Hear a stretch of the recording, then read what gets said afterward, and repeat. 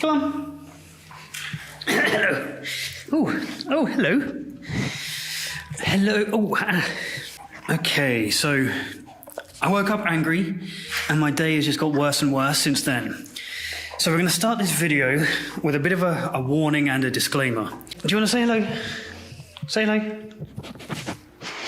So this video is for alcoholics. That is, it's for people who, like me, have already crossed that threshold, that imaginary threshold, into alcohol use disorder or alcohol dependence.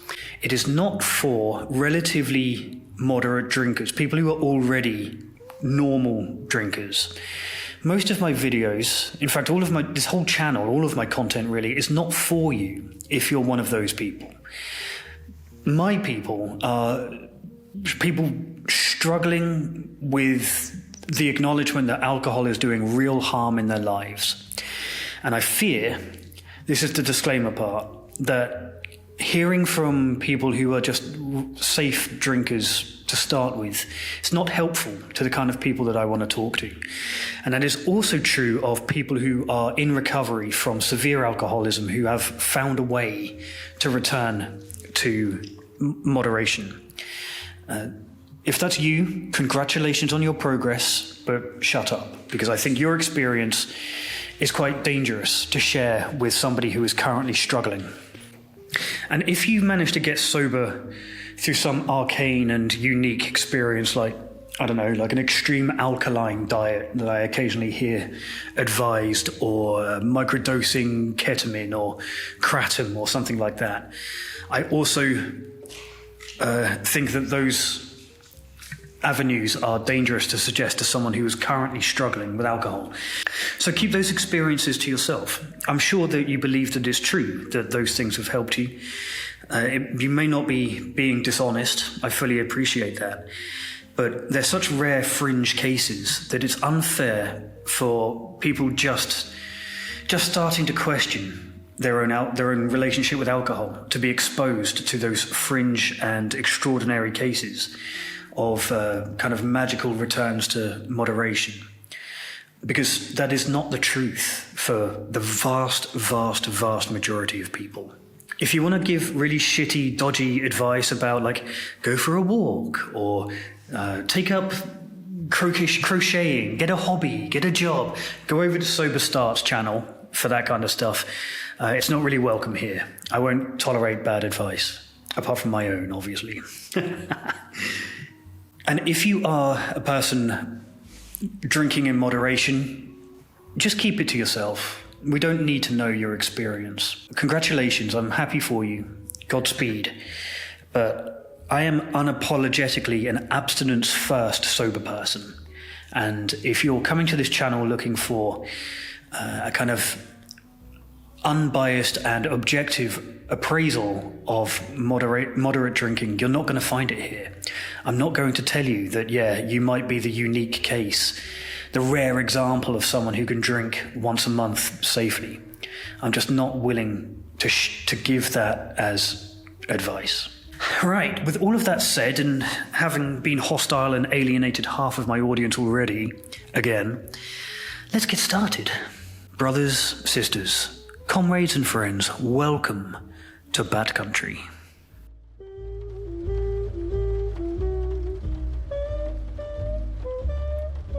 So, as I just mentioned, I am unapologetically an abstinence-first sober advocate.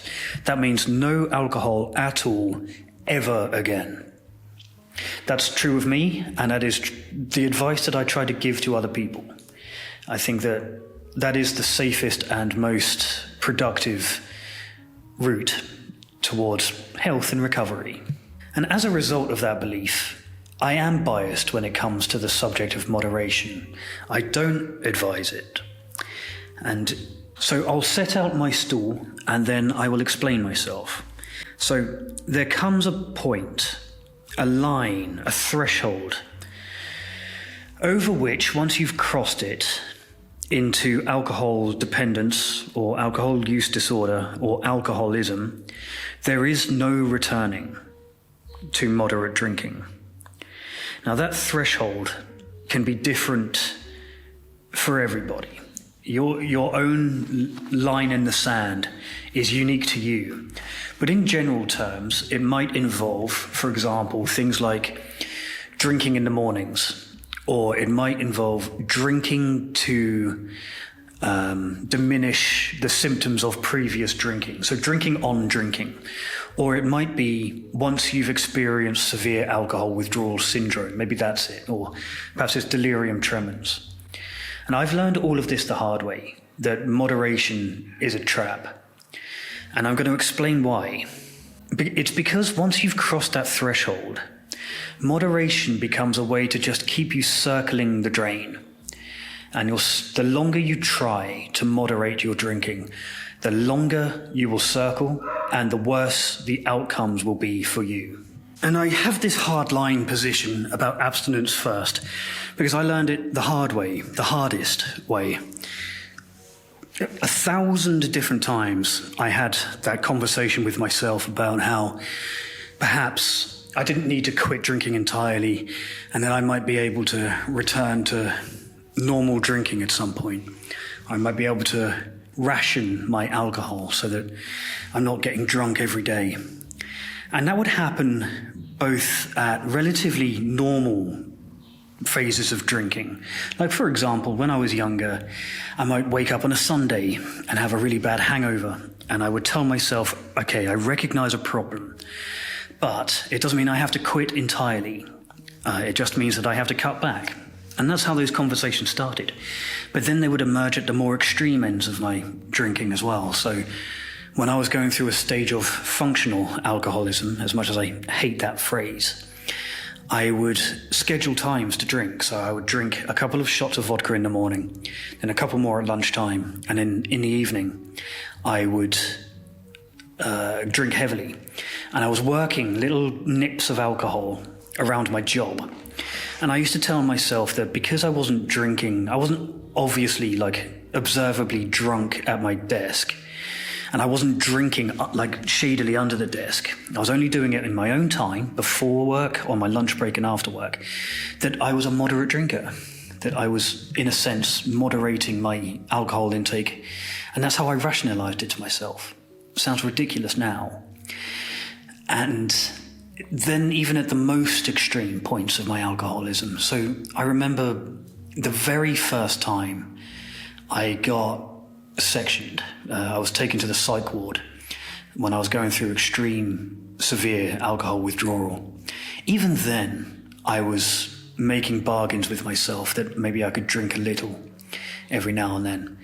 And I discovered it was in that psych ward was in Grunewald, in the forest outside Berlin, in this little town. And I discovered that I could climb over the brick wall, get out, run to a local shop, take 2 shots of vodka, run back, climb back over the wall into the psych ward. And it would take about, 15 minutes and no one would really notice that I was gone. And even that was a form of moderation for me. That's how I justified it. It was like I would escape the psych ward to drink a little whenever I could and come back, because at least I wasn't drinking a litre of vodka at the time. And that's another kind of tier of bartering with moderation. I was convinced that because I wasn't drinking excessively all the time, that I was returning back to a normal pattern. And just hearing myself say all of that, it just sounds like such bullshit, doesn't it? It sounds so ridiculous. These ridiculous debates and deals we make with ourselves. Like, when you're an alcoholic, once you've crossed that imaginary threshold, whatever it is for you, you are never in control of your alcohol ever again. The best you can hope for is to be negotiating with it.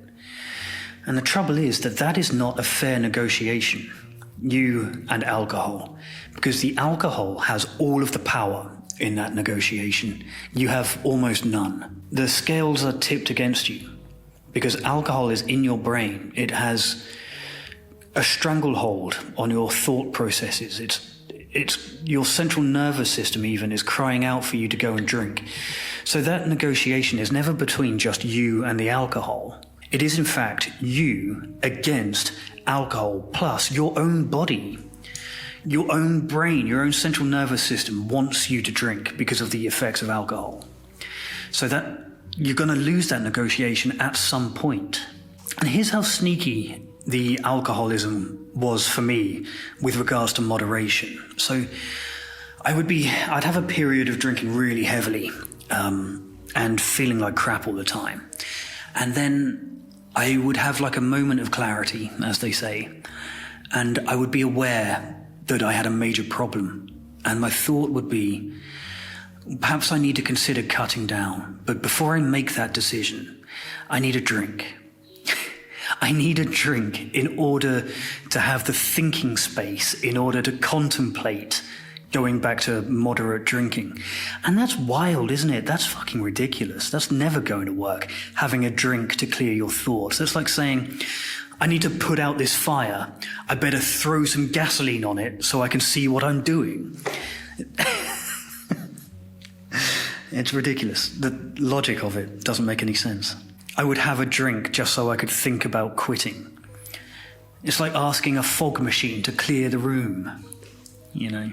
And part of the problem, as you learn more about this kind of process, is that it's not that moderation doesn't work. It's that it does work a bit. Moderation sometimes works a little bit. And even the worst of us drinkers, including me, we are sometimes able, every now and then, to rein our drinking in a little bit, maybe for a couple of weeks or maybe a couple of months. For a little while, we can kind of control it, which gives us the false impression, it gives us the illusion that we can control it full time.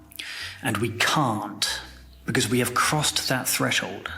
But every time it works for us, every time we are able to successfully moderate, it just resets the trap. It just puts us back to where we were before, except sometimes, in fact, usually worse. Every time we go through this loop, it gets a degree worse. And that's why I said in the title of this video, why moderation doesn't work, even parentheses, even when it does. That's what I'm talking about, is that sometimes it can make us feel like we can do it, because it works just enough. Successful moderation is just delayed failure. Moderation is just a very long relapse, just with slightly better PR. And it works just enough to keep us trying, right? It's a little bit like if you have a 4-cylinder car and it's only firing on 2 cylinders. Perhaps the problem isn't bad enough to get it fixed. And so you just kind of keep it stumbling along with aware that there's a problem, just hoping for the best until one day it's going to leave you stranded somewhere in the middle of nowhere with no way to get home. And frankly, I find the conversation about moderation frustrating, right? Because, what's the end goal of moderation? What is it what are we moderating for?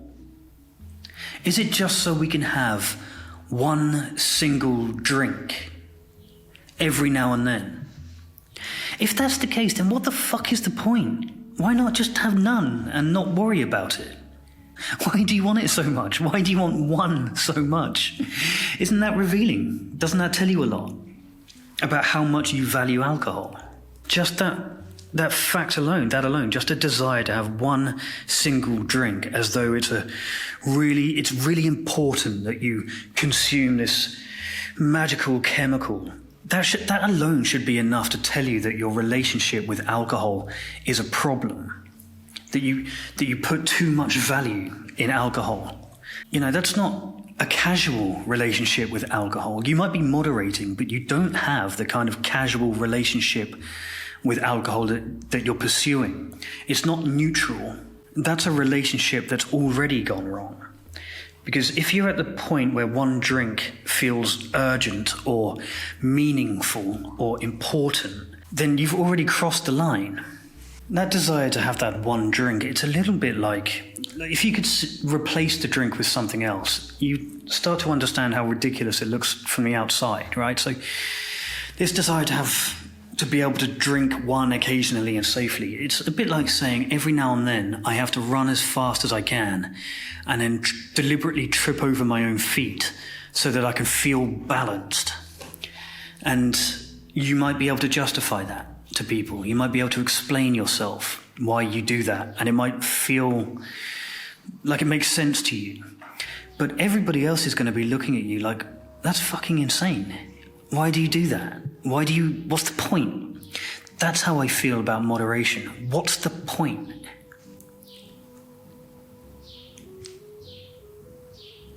Answers in the replies. My point is that if one drink feels important to you, take note of that. Don't ignore it. Because it indicates to me that you put an unusual amount of value into alcohol. And that fact alone should tell you where you stand.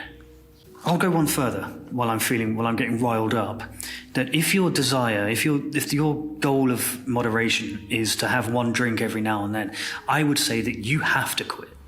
I think that you need to. If the goal of moderation is to have one drink every now and then, instead of, for example, the goal being to improve your life in some way, or for health reasons or any other rational reason, if your stated goal is because you want to drink every now and then, you need to quit, because that's a big old red flag. Why is communism so dangerous? Well, there's a lot of red flags. And here's another observation from experience. Moderation only works when you don't need it to. It fails when you need it to work. What I mean is, like, when you're going about your daily life and you're, doing your chores and making dinner and going to work and going to the gym, it works fine for that stuff. Because all of that stuff is just part of your normal life. When it fails, it will fail when you need it to work. It won't spontaneously fail while you're, out shopping or something. It will suddenly fall apart exactly when you need it to work. And that's what makes it dangerous too. And I know that's not unique to me because of the sheer amount of people who come to me defending moderation and the way that they phrase it, right? So in the emails and replies and in person and stuff, a lot of people will come to me and I will say some variation of, I was moderating successfully until ... And if that's the case, well, it was never really successful, was it? On a long enough timeline, your moderation will just look like a relapse. So call it what it is. The fucking lies we tell ourselves about this stuff, the mental gymnastics we have to do to justify things like moderation, because I assure you,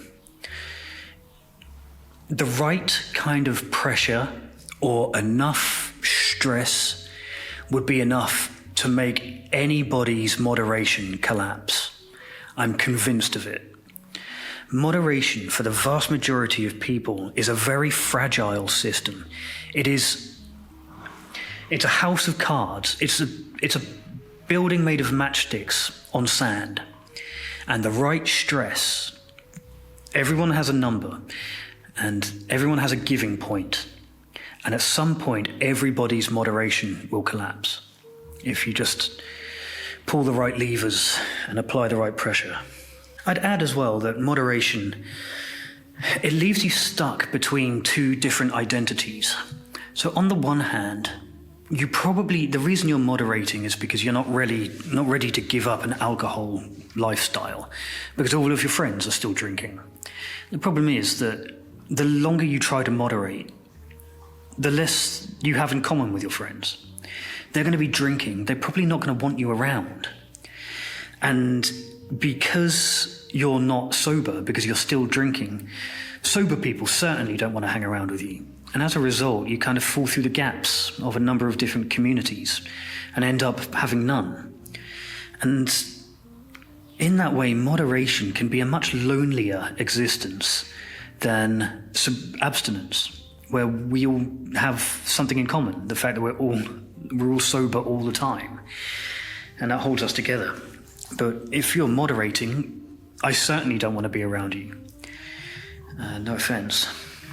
In the end, with moderation, you tend to maybe drink less, maybe, but you tend, in the end, again, on a long enough timeline, you don't drink less, but you think about it more. Moderation becomes an all-consuming mental job. It becomes your occupation, is to think about alcohol, far more than a sober person does. So your life will be built around, can I drink at this event? How long until my next drink? Am I allowed to drink where I am right now? How many drinks am I allowed tonight? So on and so forth. It becomes exhausting to live like that. If the goal of moderation is kind of freedom in a big abstract sense, then moderation is not it. Moderation is about keeping the plates spinning.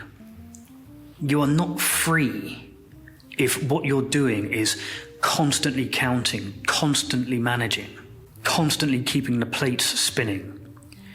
I'm with Saint Augustine on this. Saint Augustine, some point around 400 AD, said, total abstinence is easier than perfect moderation. And I agree with that. I don't agree with why he said it. He was talking about sex. Saint Augustine is an interesting character. You should look him up. He was talking about sex. He was very preoccupied with sex, but he's also the patron saint of brewers. So he and I, we don't agree on very much, it's safe to say. But I agree with that sentiment, even though I'm using it out of context. I regret nothing. But here's what I really wanted to say. Here's the whole purpose of making this video. It's this. Moderation doesn't work because it solves the wrong problem. The problem that moderation is trying to solve is how much you are drinking. But as all alcoholics in recovery learn at some point, it's not about how much you were drinking. It's about, say it with me, why you were drinking. Why you were drinking. That's the problem that needs to be solved. Figure out why you were drinking. And a lot will fall into place once you do that. Unfortunately, moderation allows you to just kick that problem down the road for as long as you can keep the plates spinning. Now, you might try to convince yourself and maybe others that your moderation is harm reduction, and what you're really trying to do is to protect yourself from the worst consequences of alcoholism. Well, I can assure you that the only thing that moderation is protecting is the addiction itself. And the whole point of recovery is about surviving your addiction, right? Well, unfortunately, moderation is the way that your addiction survives your recovery. Okay, I think that's it for today. If you've made it this far into this rant, thank you very much. Please do like and subscribe and leave comments in the reply section below. Also, check out the Bat Country Patreon. That's patreon.com/batcountrysober.